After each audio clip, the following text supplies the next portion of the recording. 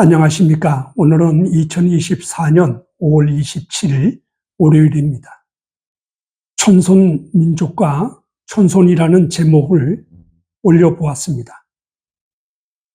우리 민족이 천손이라고 했을 때 천손민족이 지켜야 할 그 무엇이 있어야 합니다. 그렇지 않습니까? 역사성은 그렇다고 치더라도 영과 육을 깨닫게 할 교훈과 지혜가 있어야 합니다. 세상의 좋은 철학을 집대성한다고 그것이 성경과 같은 경전이 될 수는 없습니다. 성경은 예언과 역사 그리고 성취가 분명히 기록되어 있습니다. 그리고 이 성경을 깊이 연구하는 분들은 그것을 알아서 우리들에게 가르쳐 주기도 합니다. 천손을 주장하는 그 분들을 보자면은 죄송합니다만 펜을 잡은 그 자들과 추종하는 자들의 행실이 천박하다는 점입니다. 천한 계층은 국어를 위해 도를 외면하고 있고 또 그 펜을 굴리는 자들은 그 배우지 못하고 가난하고 무지한 자들을 깨우치기는커녕 자신들의 그 명성에 흠뻑 젖어서 거짓을 꾸며내고 있다는 것입니다. 일일이 말할 수는 없습니다. 짧은 시간에 다 얘기하는 것은 그렇고 그 시대의 변화에도 도는 참되어서 지켜야 함에도 오늘날 모두가 도둑들이 되었습니다. 참으로 마음이 아픕니다. 왜 천손민족이 이렇게도 도둑대가 많은가?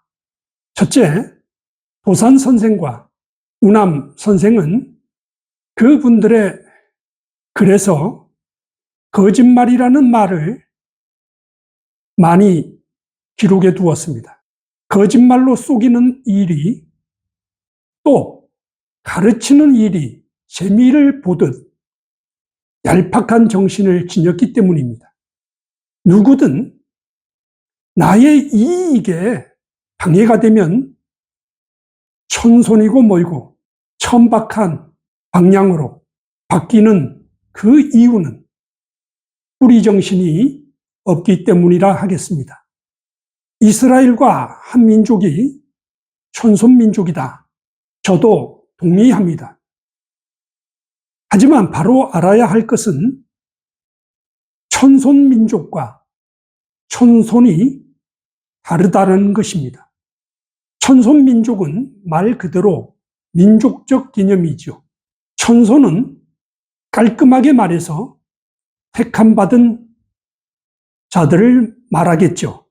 민족이 성경에서 민족이 구원받는 것이 아니라 민족 가운데서 구원을 받는 것이죠. 성경은 그렇게 기록해 두고 있습니다.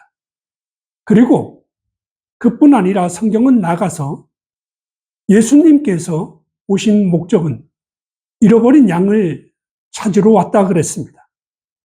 그런데 그 잃어버린 양은 유대 가운데서 찾았습니다. 예수님 당시까지 그랬습니다.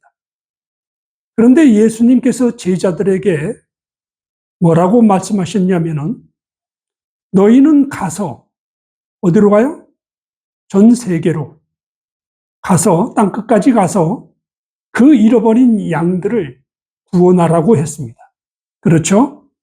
그러니까 이 내용만 보더라면은 이스라엘과 한 민족이 천손민족이라고 주장해도 조금도 틀린 말이 아닌 것이요. 왜냐? 조선에 우리가 소위 말해서 조선이라고 하면은 그 조선에 누가 왔어요? 복음을 들고 오신 분들이 있죠. 그들이 누구예요? 선교사들이죠. 사도들. 바로 그것입니다. 그것이 이스라엘에서 직접 왔을까요? 아니죠.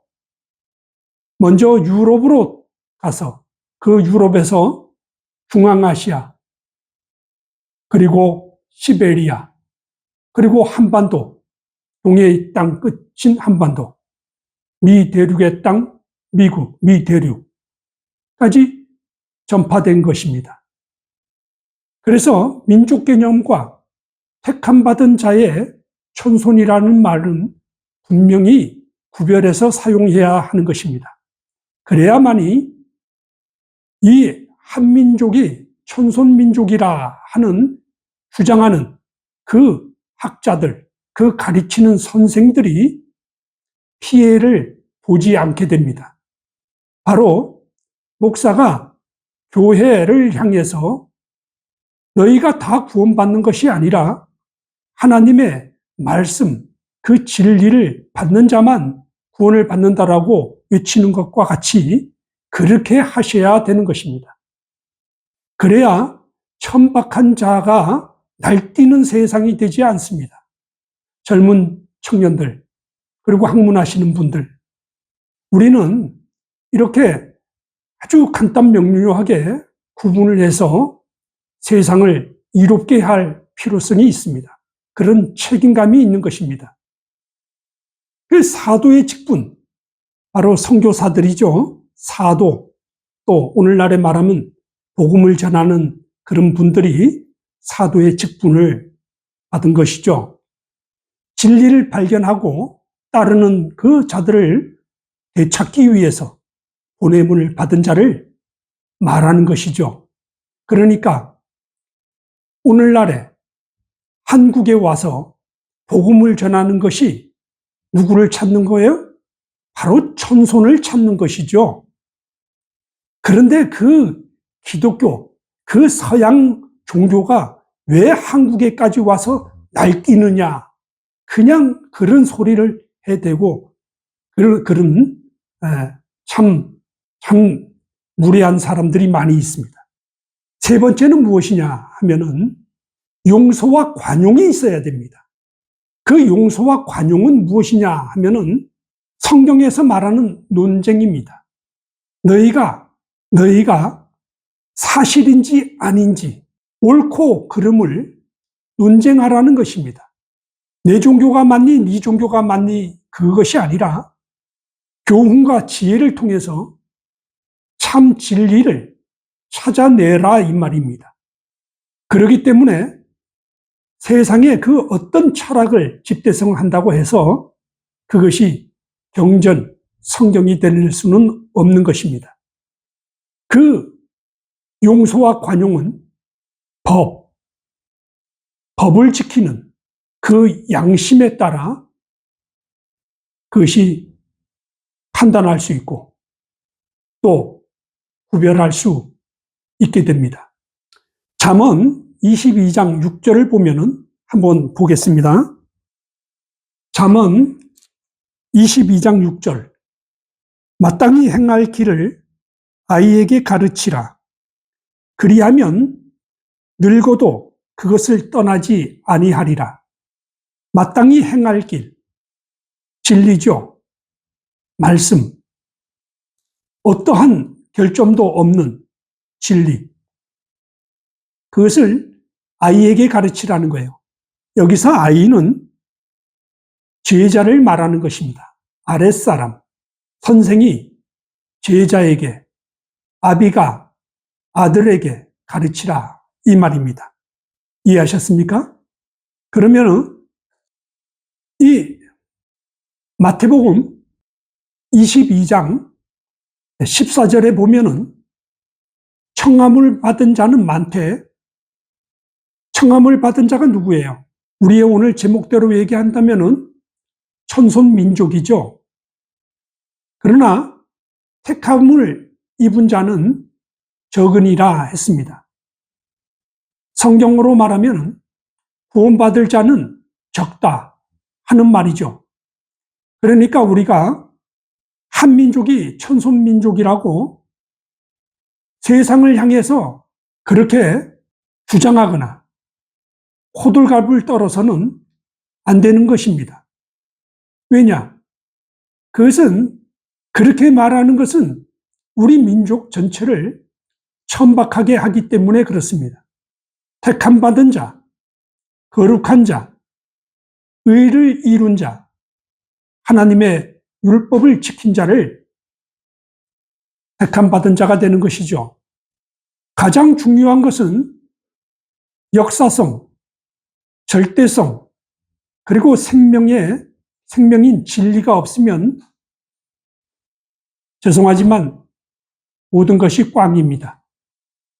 많은 책에서 한반도에서 이스라엘로 갔다라고 얘기합니다. 그렇게 말하면은 그것은 문화가 굉장히 광범위한 것이죠. 문화가 간 것이 되겠죠. 그런데 반대로 이스라엘에서 한반도로 왔다. 뭐가 왔습니까? 문화가 왔을까요? 문화를 포함한 말씀이 온 것이죠. 문화는 두 나라 간에 아주 비슷한 역사성이 많이 있습니다.